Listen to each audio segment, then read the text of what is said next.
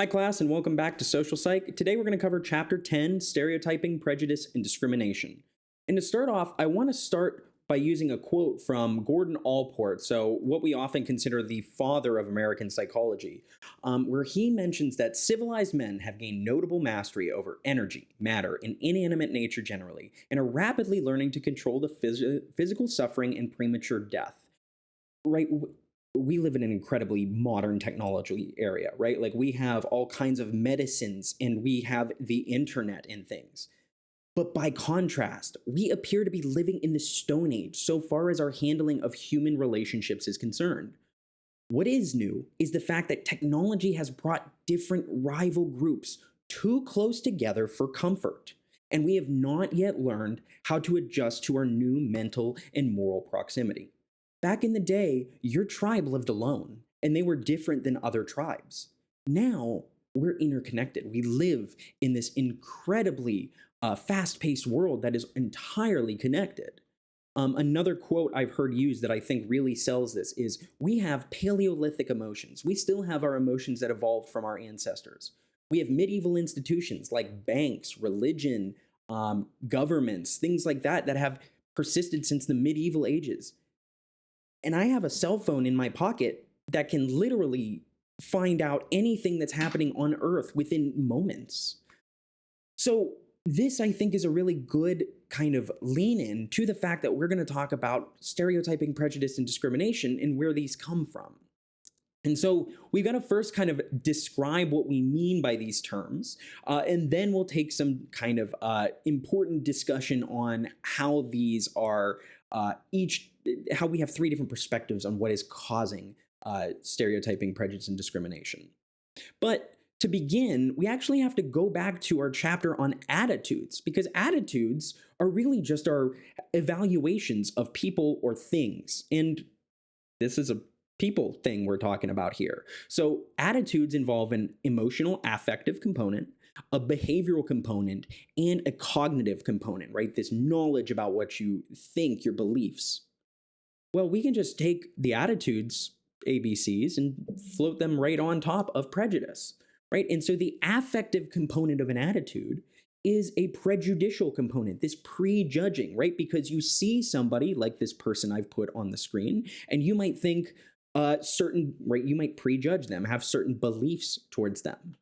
If you see this person, you might also behave differently. You might walk to the other side of the road if you're kind of nervous that they might ask you for money or something. And we have our stereotypes, this cognitive section of this, right? This belief about a certain attributes or characters that most of all these group members have. You might have certain stereotypes about this individual or homeless individuals generally. I don't know if this person is homeless. I did Google homeless person to find this. But what I think is crazy about this is stereotypes are going to be useful, as we'll talk about, because as the book mentions, whether or not you wanted it to, we recognize that the three people on the left are related to the three images on the right, except not directly across. And we all know the stereotypes that are related to this here. So it's important to recognize that, right, prejudice is something that we are naturally evolving to have, not against people, though, right? This is more of a byproduct. So, right, I also kind of bring up this idea, aren't stereotypes just schemas for people? And yeah, they are, right? Well, they can be overgeneralized, which can be a real problem, right? People believe that Florida is just full of old people. I'm not that old, so maybe that's not true. They can also be extremely inaccurate. I think about, right, Kazakhstan is a beautiful country, but most people only know it from Borat, right, which is not at all what that country is like. It would be like going to an extremely rural town in the United States and saying that all of America was like that. Right, I have a couple quotes here from these different people, a Nigerian man and a British man describing how apparently Americans can't stop swearing. We all have guns, cars, and many beautiful girlfriends. My wife would be surprised to know if I had many beautiful girlfriends. Right, this idea that this British person is saying that it's all about Hollywood, loud mouths, eat a lot of junk food. Okay, that one's kind of true.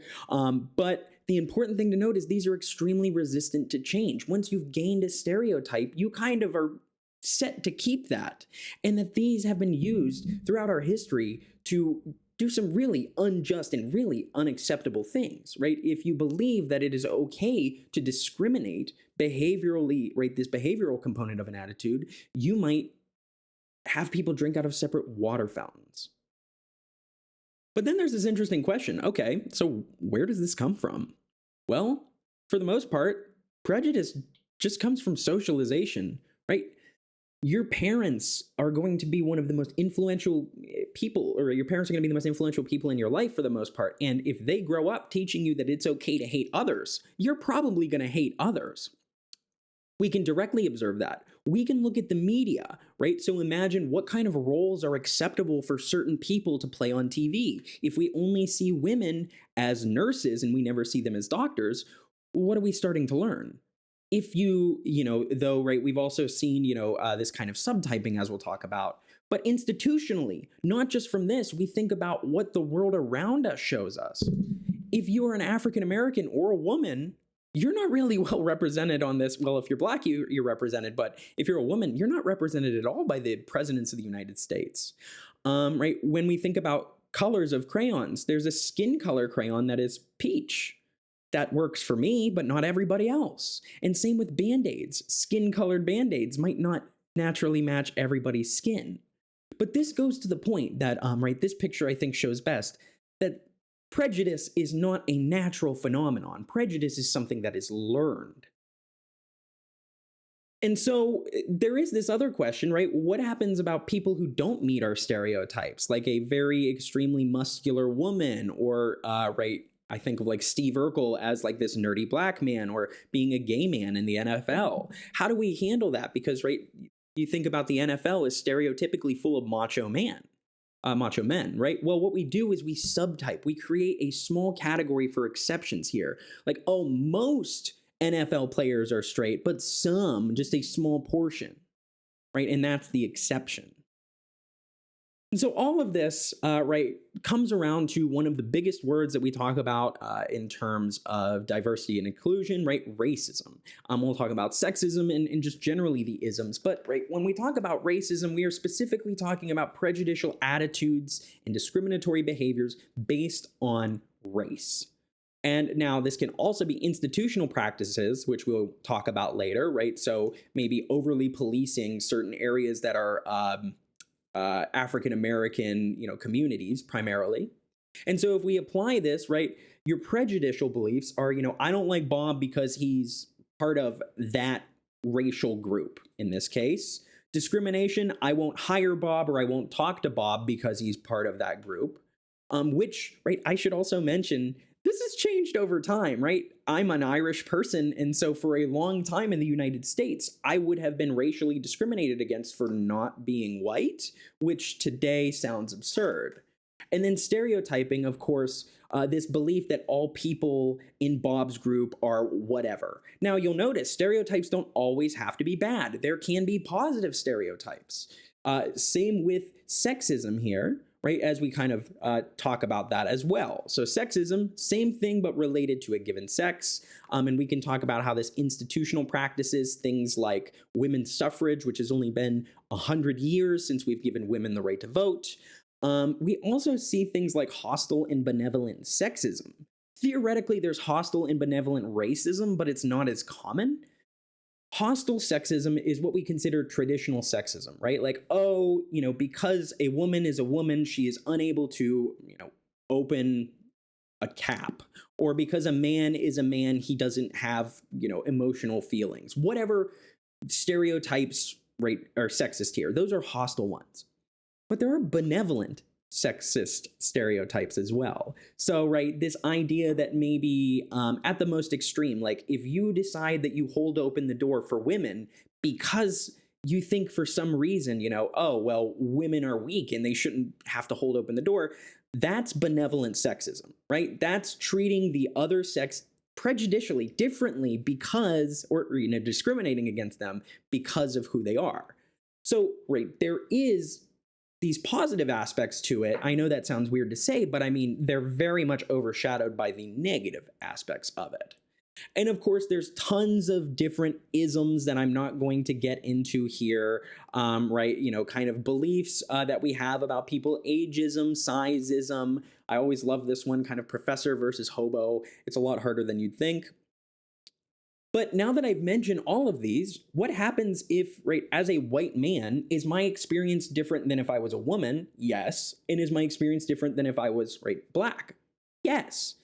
Would my experience be even more different if I was both a black woman versus a white man? Probably. And that's what we call intersectionality. So the idea that you have different pieces of your identity, right? So I am a white man, I am a father, right? I have all of these things that are kind of related to me, and those go together and intersect to make up me. And so, there might be unique modes of discrimination based on specific makeups that you have, right? And here's an example of a kind of strange intersectionality, but a white, overweight man might be seen as, might have, be treated more poorly than an Asian American overweight man who might be considered, right, a promising sumo wrestler, up and comer here. So this idea that it's not just prejudice, right, racism, sexism in terms of prejudice, but it's actually the kind of combo of them depending on who you are. So another thing to mention that, while this isn't a history class, is important to talk about is that, at least in the United States, racial prejudice is extremely complicated. If you think about what African Americans have had to go through over the past not millennia, excuse me, the past 2 centuries, right? It has been slavery, not being considered a full person, issues with gaining the right to vote, legal segregation. As we'll talk about later, Ruby Bridges, the first girl to go to a segregated school, is like 70 years old. She's still alive at the making of this video, right? And there's continuing ongoing racial backlash, as we've seen. And it's important to recognize with all of this 2 things. One, prejudice is aversive. People who are prejudiced don't like it for the most part.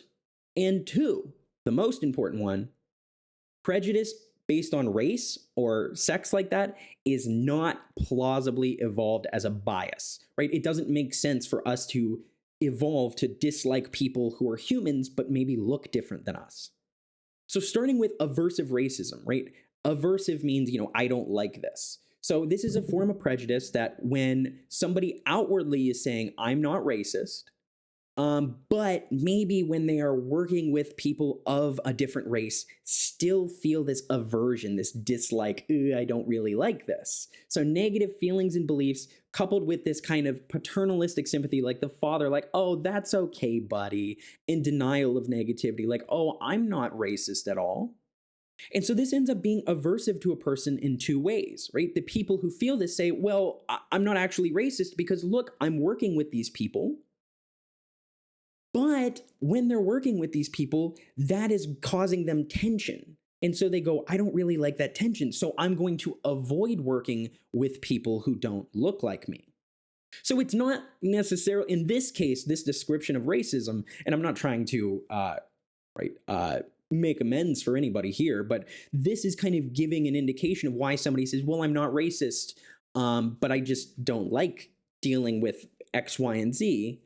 Right? So it turns out that aversively racist whites experience negative emotions towards blacks and more positive emotions towards whites, and that generally aversive racists show anxiety, discomfort, disgust, and fear when interacting with people. Now, that doesn't necessarily mean they dislike these people, it's just that is what they are feeling. And so a very interesting study, we kind of looking at this here, we ask people about their reactions after getting some negative feedback from a black doctor, these white people. Now, you'll notice that people who have high implicit racist beliefs, who are highly internally racist, they tend to feel a lot worse after getting some negative feedback from a black doctor, right? So almost kind of thinking like, oh, this is even worse. On the other hand, racial prejudice is not evolved.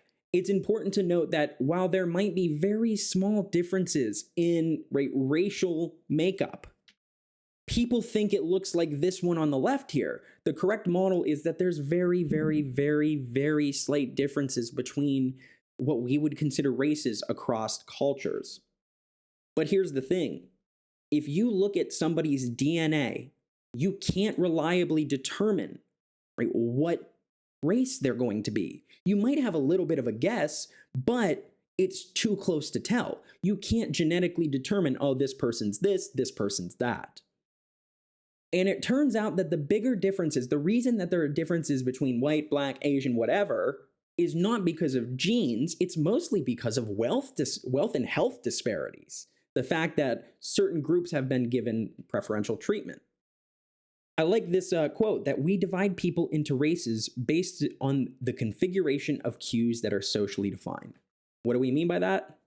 We construct what we consider in-groups and out-groups, racial in-groups and out-groups.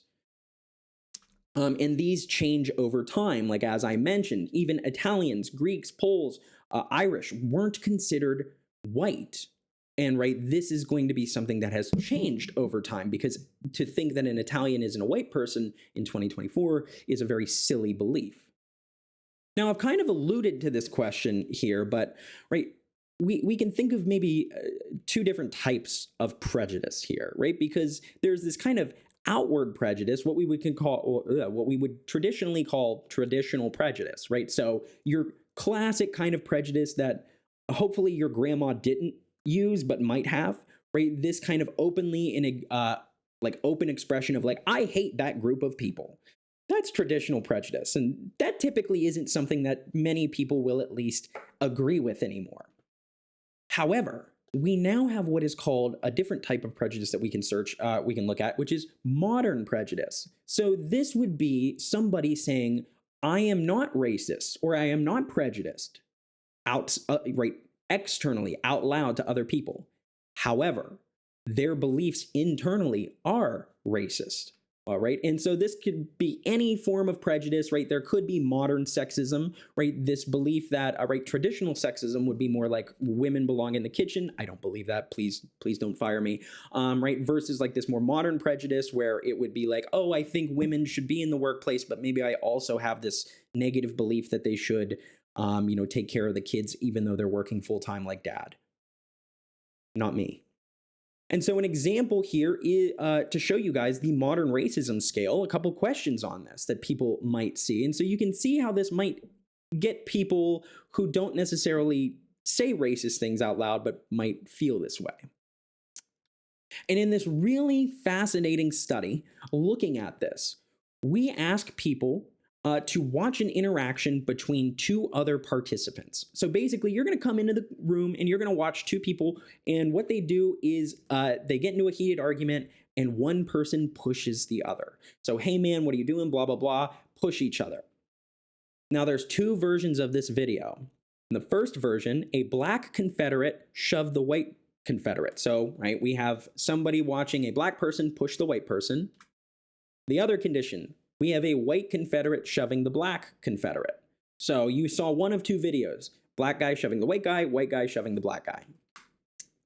What we did was we asked, do you think the person who pushed was aggressive? What do we find here? This is one of the weirdest and sketchiest things I've seen. It turns out that when a white person is shoving a black person, only 13% of respondents would argue that this white person was acting aggressively. When we changed the color of their skin, when the black person was the aggressor in this case, 73% of participants said that the black person was aggressive. So most of these people would argue that they're not racist, right? But when it comes down to it, they're engaging in racist behaviors, or prejudicial beliefs here. And so that kind of brings us to a different study, what I am going to call the job applicants study. And so the job applicant study is really, really kind of one of the most simple studies you could run, if you ask me. We ask participants to fill out a modern racism scale, so see how racist you are. And then based on where you fall, we put you into one of two groups. You're either low in prejudice or you're high in prejudice. And then we ask you to rate a sample of job applicants. So we've got some people who are not very prejudicial and some people who are very prejudicial rating job applicants. Half of the job applicants were white and half of the job applicants were black, and everybody was either really good, terrible, or just an okay applicant, right? So you've got basically your spread of real life things here. So you've got some white and black applicants that you are going to kind of rate, and then you are going to have to kind of make some decisions on that. So when we look at this, we find some interesting things. So if we look at the white applicants here and the black applicants here, so white applicants over on the left, black applicants on the right, when we look at the white applicants, you'll notice that when the applicants were great or bad, it didn't matter if they were black or white. People rated them as good applicants. But maybe you're seeing what I'm interested in here. It's the difference between these middle applicants here. So what is happening, though, is that when the applicant is in between, if you were a modern racist, if you believed in, or if you engaged in these modern racist beliefs, and you had an in-between black applicant, these guys, you have a chance to say, or to engage in your modern racist beliefs and say something like, I don't think they're a good candidate because their application wasn't good. But you notice, these people with high prejudice, they didn't say that black applicants who were great were bad, because you can't get away with that, right? The idea is that they're still engaging in modern racism. They're still engaging in discriminatory behaviors, but just not traditionally. So hopefully that makes sense with this one. One last study to kind of show this. We bring people into a set of cubicles, right? So imagine that you come into an experiment. We say, go ahead and sit down in this room. And you're going to be talking to some other people who are in some other rooms in the building. And what we did was we had white participants do this, and they were told that they were going to either interact in a group of like 5 other people or with just one other person. And this person was going to be white or black. What we did was we had the we had our Confederate indicated that they're having a seizure, a medical emergency. I need help. Somebody please go get help. And what we measured was how many participants left their cubicle to go help or go get help. You know, it doesn't even matter if they knew what to do. What do you notice here is that when it's one-on-one, when you are working alone with somebody, you're going to go get help. Why? Because you're responsible for this person. Think of diffusion of responsibility. You can't get away with this because what are they going to say? Why didn't you help me? If it's a group of people, notice these white individuals tended to be more likely to help the white partner and tended to be more likely to socially loaf and say something along the lines of, oh, don't worry, somebody else will help this person. So this, I think, kind of really helps us to understand this idea of how racism, right? When we talk about racism, just because people don't say certain things out loud anymore doesn't mean it's all gone. But from there, I want to kind of pivot now to talking about 3 different perspectives on stereotyping, prejudice, and discrimination. And what I want to note with this is that these are going to explain this not necessarily just in racism, but any kind of prejudice and any kind of bias here. Now, I don't go in the order of the book because I feel this makes more sense. And so we're going to talk about the first perspective of intergroup hostility, and it's the fact that groups are hostile to one another because we categorize each other, because we use cognitive, we use thoughts, right? I don't know what else to call them. We use cognitions to make sense of the world. We categorize the world into good or bad. And to make this point, which of these animals would you approach? This crocodile or my dog? You'd approach my dog. Why would you approach my dog? Well, because you stereotyped it. You don't know that this dog is going to be good, and you don't know that that alligator is going to be mean. Chances are it will. It's the idea that we use those mental shortcuts. We use the availability heuristic. We use all of these kind of things to make sense of our world. It's faster, right? When you log on to your computer and go to YouTube, right, and watch this video, it's not like you have to relearn everything. You have certain beliefs and knowledge about the other videos that help you to make sense of what's going on here. Another fantastic quote from over a century ago really kind of describes this. Our real environment is too big, too complex, and too fast moving for us to totally be aware of it directly. We're not equipped to deal with so much subtlety, so much variety, so many things out there that we have to reconstruct it on a simpler level before we can manage it. So we make the world simpler inside our minds so we can understand it. And like a great example of this is if I ask you to imagine what a French person looks like, why is it this guy? It's always this guy, right? A baguette, drinking some wine with the striped shirt. Well, right? Nobody thinks of it like this, right? These are all French people. It's just people in France.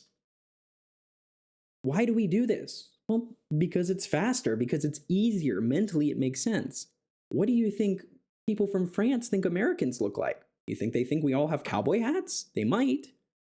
So this cognitive perspective allows us to move faster because, well, we have this, what we call the outgroup homogeneity effect. So the idea behind this is people who are in different groups, French people, right? We think they're all the same. We assume that they're all alike, but we think all of us Americans are very different. Right? So we think that, all the French people are exactly the same, this kind of upper one. But when we think about Americans, we know that some Americans are doctors or lawyers, or I'm a professor, right? Some Americans probably eat cheese and, are kind of like more French stereotyped. Another one that we also do is what we call the own race identification bias. This is the tendency for people to recognize faces from their own race better than faces from a different race. So the idea is that chances are I am more likely to think people of a different race look more similar than people who are white. This works for any other race. However, there's one group of people this doesn't work for, and that's biracial people. Why? Because they're being exposed to two different races, right? Think about this.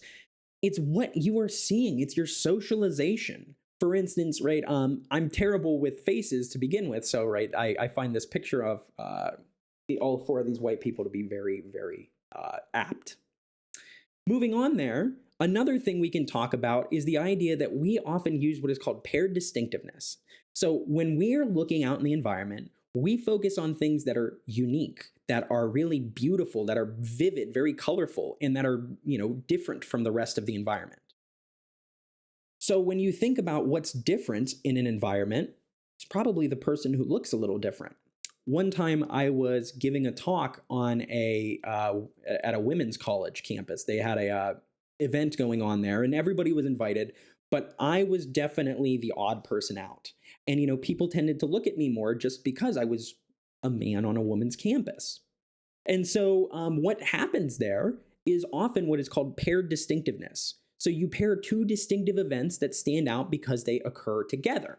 So, right, the book goes through this great example of imagine that you are traveling to Vietnam and there's some kids playing with stilts. And you go, oh, right, because I'm in Vietnam and they're playing on stilts, and these are kind of unique. I must assume Vietnamese kids love to play on stilts. Now, if you come home and you see your neighbor's kid on stilts in the backyard, you don't think the same thing. You go, oh, I guess they're trying to train her to be a clown or something. Weird. And this relates to what we call the illusory correlation, right? A correlation that is really just an illusion. It's not real. And mistaken impression that these two unrelated variables are correlated, right? So, oh yeah, Vietnamese kids love walking on stilts. They don't, as far as I'm aware. And so this usually comes from stereotypes or long-term perceptions, right? Like thinking about this idea that sugar makes kids hyperactive. It doesn't. Or my favorite, right? This idea that blondes are less intelligent, right? Why would we focus on this? Well, maybe because we've seen this before. And this is really just related to confirmation bias, the idea that we are looking to confirm evidence that blondes are not smart. We're not looking for evidence that blondes are smart. Finally, we can talk about the self-fulfilling prophecy. So the self-fulfilling prophecy is the idea that when you have a belief about something, your beliefs are going to influence how you act, right? So if I think that this class is going to be terrible, and I start off all my videos, hi class, whatever, we're going to get it done today. Do I expect my class to really enjoy my videos, right? Chances are I'm kind of starting this cycle of, you guys think, wow, he must not care and he must not like this class, so I'm not going to really care and like this class. And so then I'm going to look and go, wow, they don't care about this class. Why should I try? It causes whatever belief to come true. So this happens. And this study is a little bit confusing, so I would suggest kind of emailing me if you have any questions, talking to me, or kind of watching this a couple times. But to be very clear, this study is the self-fulfilling prophecy study, the interview study. And in this study, we bring in white participants, and we have them interview people who are actually in on the experiment, a white Confederate and a black Confederate. And we see how they act. And what we found is, in the 70s, these white participants treated and rated black interviewees worse than the white interviewees. And remember, these Confederates were told what to say. They were supposed to be the exact same. And so what we're seeing is that not only did these white participants say these black interviewees weren't as good, they also did more modern racist behaviors. They ended the interviews earlier, 25% earlier. They sat further away from the participant. So what is this saying? This is saying that maybe there's a self-fulfilling prophecy going on, that maybe when white interviewers are interviewing, or excuse me, when white people here are interviewing these black Confederates, maybe they're already setting these black Confederates up for failure. So what we did was we do a second part. Now that we've seen that these white participants do different styles of interviews for black Confederates, let's train people to use self-fulfilling prophecies. So the first style of interview, so basically now we're going to bring in new interviewers. We're going to get new white participants, and we're going to ask them to interview white Confederates only. So it's only going to be whites on whites from now on. Now, we're going to train them in one of two ways. The first is like part one, the white on white interview style. We will train people to be good interviewers. Make sure the interview goes the whole time. Sit close, right? Don't interrupt. Don't do these kind of rude things. Other people were trained in the ways that the white participants in part one treated the black Confederates. So some people were basically taught how to give a shitty interview, for lack of a better term. And then what we did was we had people interview only white people. So the idea here is that in part three, we now see how this works out. Are there any differences in how white people are perceived when they are or being interviewed in a different way?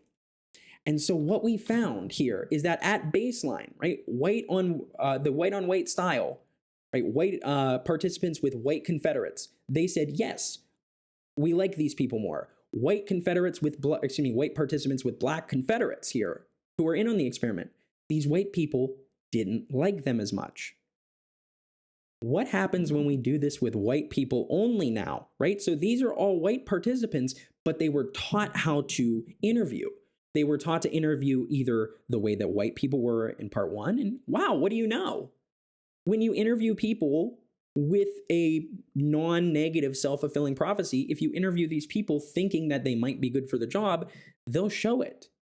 If you interview people thinking that they won't be good for the job, it doesn't matter if they're black or white. It turns out it's your self-perception, right, your self-fulfilling prophecy of this. So your self-fulfilling prophecy reinforces a person's stereotypes. So, right, the idea being that if I have nothing against girls, I love my daughter, but right, just for the example here, if I was a manager and I thought women just weren't qualified for whatever job it was, I am going to interview women probably differently than I would interview men. And when I interview those women differently, I'm not giving them the advantages I would in an interview with a man. I prophesized that women aren't good. So then I set them up to fail.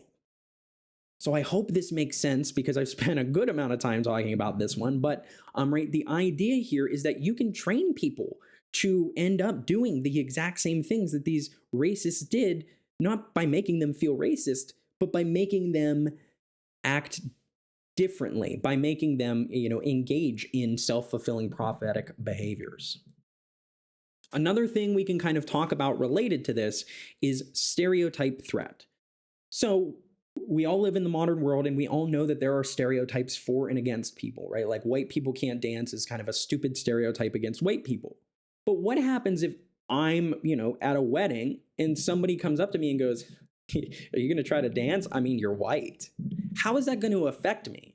Well, chances are I'm going to now probably do worse on anything I do, right? The idea here is that is going to actually kind of put me in my head and make me do worse.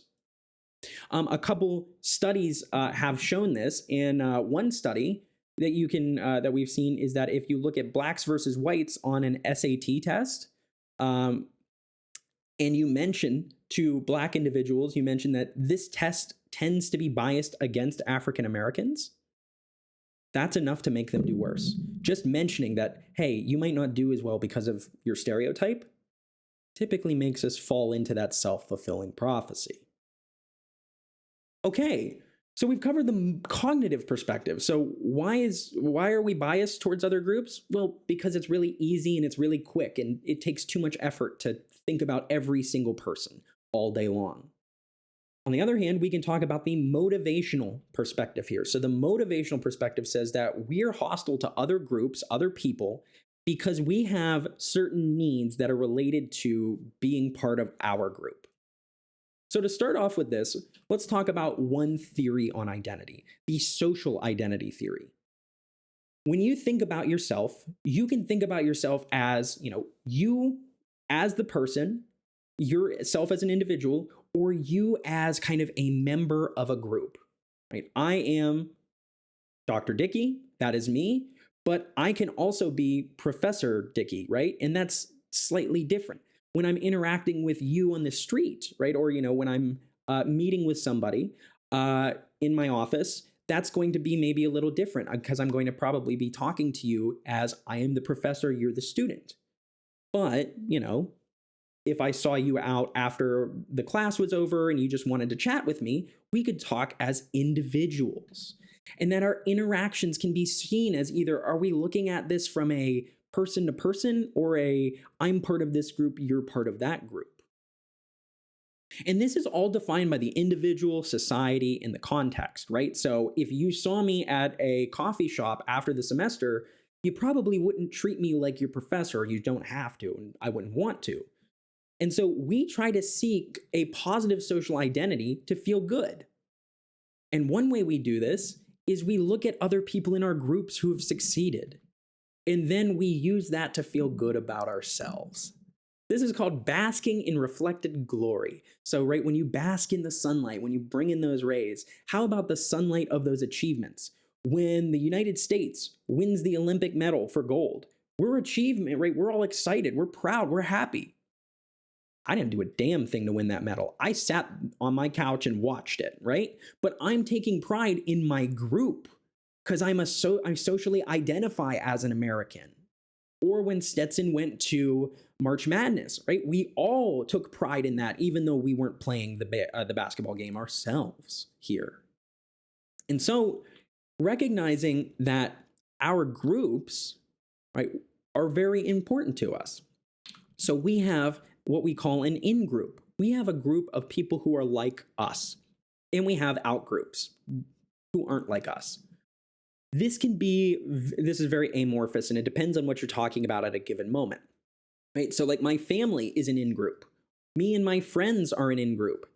Stetson is an in-group for me, right? And the out-group being like Florida State. Right. Also, I can think of my neighbors as an out group. I can also think of my neighbors as an in group if I think of them in my community. You can think of this a lot of different ways. But what's incredible about this is you need the most minimal conditions to make people part of a group here, right? We think about kind of politics as often as a, left versus right, blue versus red, whatever. But even if I were to be in the class right now and say, all right, we're going to do a game where it's left side of the class versus right side of the class, y'all are ready to fight already over that. You all are like, okay, left side of the class, that's us, let's go, right? And so, recognizing how this can be different for people. Groups can also change over time. One of my favorite examples of this is if you've ever played like Mario Party. You realize that, very quickly you're playing with friends and then you might be against them, or playing tag as a kid. When you play tag as a kid, you're it, and so you're in the out group, and then all of a sudden somebody else is it. You're now in the in group of running away. And so with this in group and out group, right, this doesn't sound bad, and it's not by definition, but this is one of the worst things, because if you have an in group, you want that group to do better. And if you have an out group, you want to be better than that other group. And that can lead to problems. So, if your group is really, really, really important to you, you're probably going to care about that group a lot. If that group doesn't matter to you, it's not as important. We favor our in-groups because people are like us in our in-groups. We're attached to people who are like us, and right, that keeps us together. And to show you an example of what I've been saying here, a classic experiment asks people, hey, pick one of these two paintings. And then, after you've made that choice, we ask people, okay, now imagine that you're in a group of people who also chose the same painting as you. And imagine that there's another group of people who chose the different painting as you. How much money would you give to each group? Would you give $18 to you and $3 to the other group? Would you give $13 to your group and $13 to the out group? Would you give $21 to the out group and $9 to the in group? Turns out, people tend to be biased towards their group. They'll give themselves and their other members more. Why? Because we like ourselves better. Now, what I'm about to talk about here is an incredibly important experiment, and it really wasn't even a psych experiment. This is Jane Elliott here. Jane Elliott was a third grade teacher, and very soon after Martin Luther King passed away, she wanted to show her white students what it might be like to experience some prejudice. And she split her class into two groups of people. She gave the kids who had blue eyes, she said that they were the special kids. They were, they were better than everyone else. And she compared those to the brown-eyed kids who, as a brown-eyed person, right, it sucks to be me in this case. She flipped the status the next day, so if you're also brown-eyed like me, we weren't totally screwed over at the end of the day. Keep in mind, these kids knew each other before this. They were friends. There were no major resources. We didn't say blue-eyed kids, get twice as much recess time. There was a little bit of that, but not majorly. There's no major differences between the groups. They're all white kids who have all gone to school together. And then I ask, what happens? Now, I'm not going to show this in video, but when this kid shows up on the screen, mute. He's going to say a very inappropriate word. It's due to the times. But this video explains this. To give you the short of the long, what happens is these kids start being really prejudicial towards each other. They start discriminating towards each other. They start making fun of each other. They start beating up each other because they're different groups. Why? In groups, out groups, man. You're different than me, and my group's better. We're better than you, and we know it. Why? Right? Because we favor our in-group. That's it. Basking in reflected glory type thinking. And you can think of this as the opposite of in-group favoritism, right? So I like people who are in my group, but I also derogate, right? Derogatory. I treat poorly people who are in my out group, thinking that they're bad here. So it's important to note that we are motivated to bolster our self-esteem. And so one way that this happens, and we can talk about this, is that we have participants speak to a doctor who either praises or criticizes them. And now this doctor is either black or white. And we're talking about white participants here. And what I want you to notice here is that the kind of differences here, right? Participants who received positive feedback from a black doctor were later faster to recognize words related to medicine, whereas those who received negative feedback were faster to recognize words stereotypically associated with a Black person. So, right, the idea is that when the Black doctor gives us positive feedback, we're happy, right? But what happens when we get negative feedback? That hurts our self-esteem. And so this is kind of the like, yeah, well, what does he know anyways type thinking. Maybe you would consider that here. And so this again is a way that maybe we will use a little bit of these kind of, I don't want to say prejudicial beliefs to not feel so negative. The final perspective we want to talk about is the economic perspective. And we're not going to get into money too much here, but the economic perspective is arguing that it's about resources. Money is a resource, certainly, but what about food, water, things like that? So we can always talk about a very common theory on this, which is realistic group conflict. The idea is that people are fine working next to each other, living together, until things go south, until resources get limited, right? So everybody's fine until food starts running out.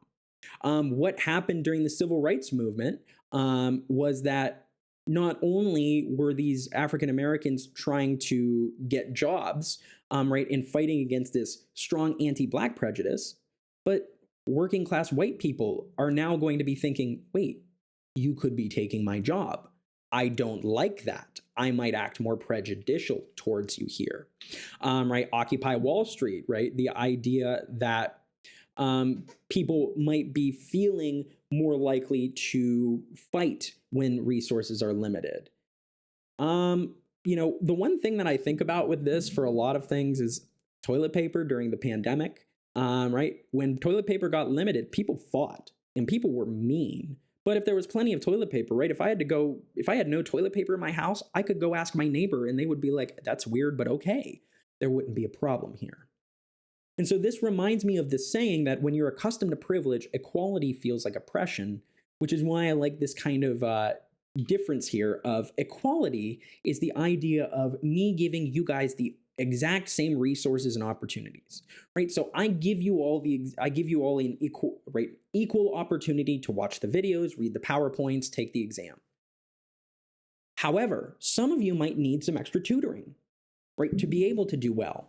And so giving the people who need extra tutoring some extra tutoring here, right, versus just giving you guys all the extra stuff is what we mean by equity. So being able to get the person to the same outcome. Because some people, again, might be different. So, right, equality here, while giving everybody the same thing might be useful for some, it might be better to give everybody what they need so that they can do whatever the task is. And so this is just something I like to throw to the side. But another thing we can talk about is ethnocentrism. The fact of the matter is we glorify our own group and we vilify other groups. And this isn't always focused on ethnicity, but think about it. We as Americans typically think that a woman completely covering herself might be seen as something negative, but women in that culture might see it as exposing your body as a negative thing here. The way I like to think about this is that when the going gets tough, we circle the wagons and we start to become part of a group. After 9/11, anti-Black prejudice went down in the US. Why? Well, because what were we focused on? Fighting a war or, keeping ourselves safe. All of a sudden, we all felt like Americans versus this alternating, this other group here. Final part of this is another great experiment that falls into the same vein as the Blue Eyes, Brown Eyes study. This is the Robbers Cave experiment. So in the Robbers Cave experiment, we took 22 fifth grade boys. All of them were strangers. All of them were white. All of them were from the same type of family. And what we did was we put them into two groups of 11. One group became the snakes, one group became the eagles, one group became the rattlers. And we let them play as kind of a group for a day or two, right? So we sent them off to summer camp for a week, and for the first 2 days, they got to know each other in their groups. Then we started 5 days of competition where the rattlers and the eagles had to fight each other, basically, to get rewards. And so the other group is now an obstacle. I think some of the rewards were like a pocket knife, which for boys at this age is like gold. And so after 5 days of making these groups compete, they ended up hating each other. They ended up being ready to fight each other at a moment's notice. So they said, okay, we've now made these kids really kind of prejudicial and discriminatory to each other, just like the greater world. How do we reduce that prejudice? How can we get it back to these kids are okay with one another? Well, the video here goes over this. I highly suggest you watch this. It gives you a lot of background on this.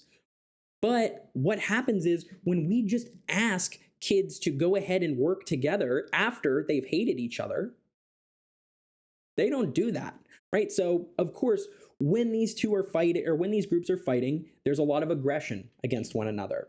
And then when we ask them just to sit together and, be nice to each other, that doesn't work. If you hate somebody, don't stick yourself in the room with them and expect you to become best friends.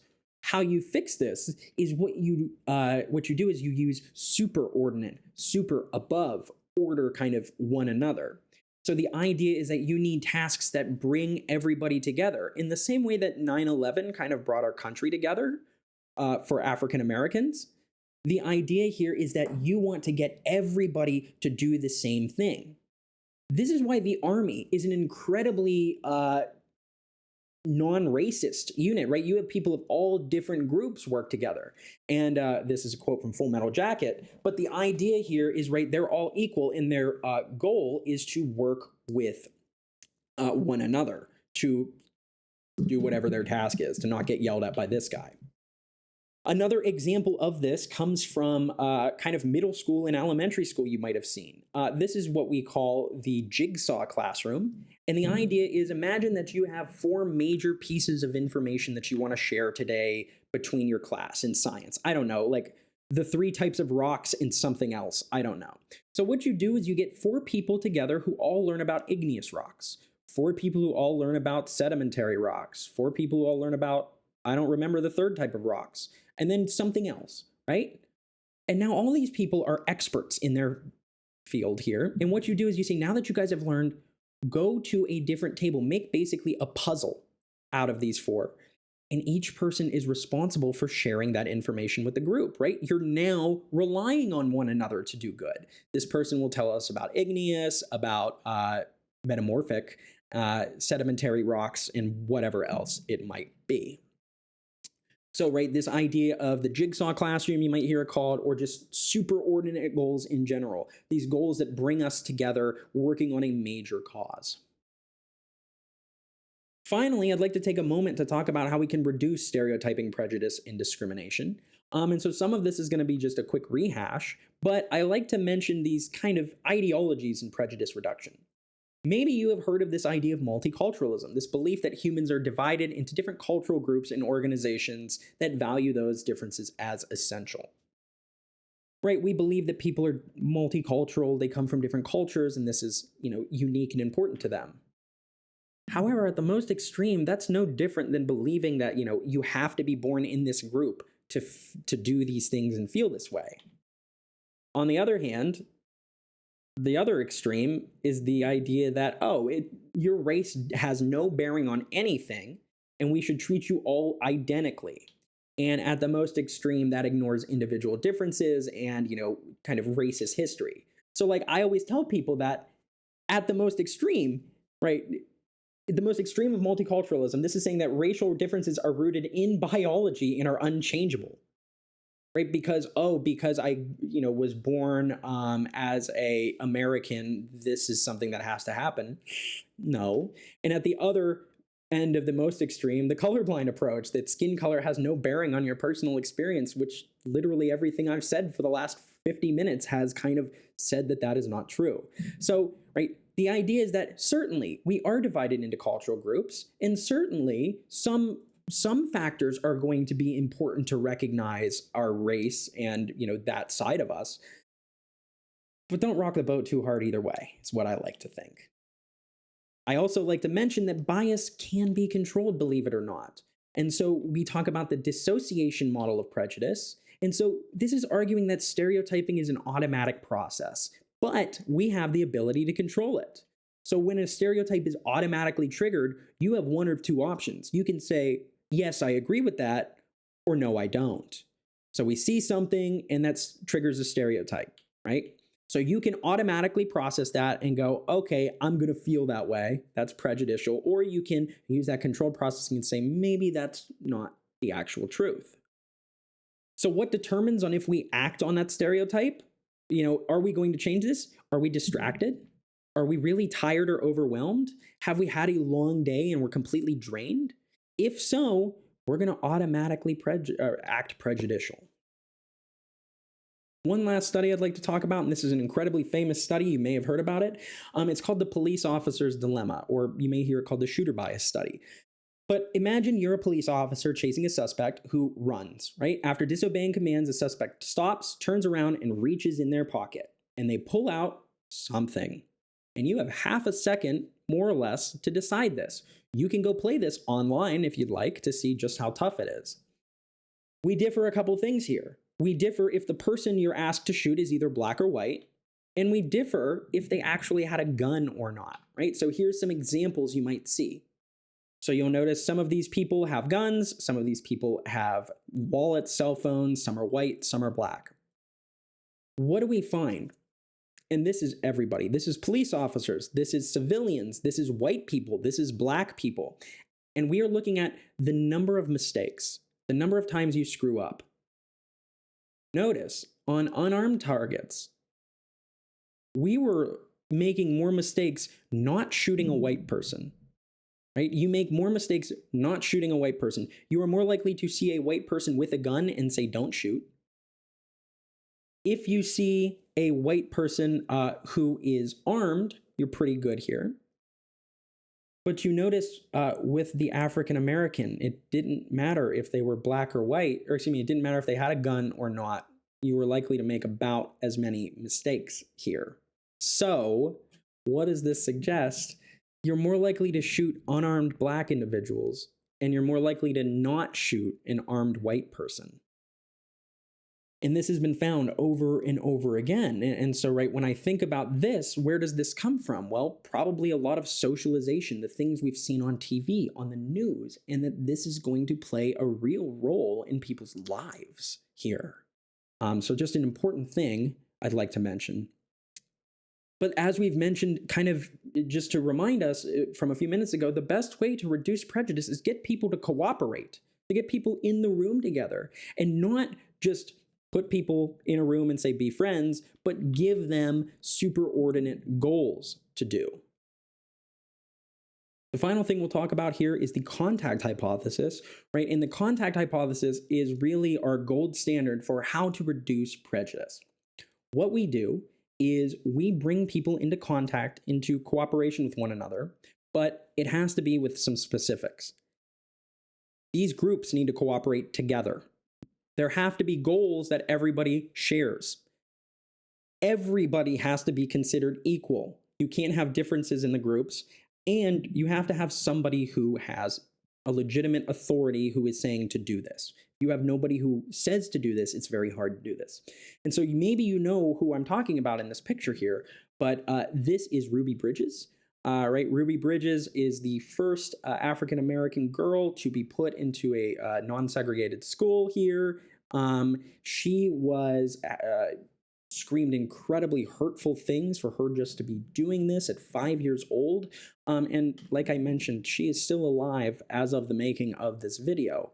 And it really goes to tell you the importance of recognizing our prejudice, our discriminatory practices, and our stereotypes. But I hope this lecture gives you a bit of understanding into some of the complex biases that human beings have. If you do have any questions, don't hesitate to reach out. Thank you all. Have a great day.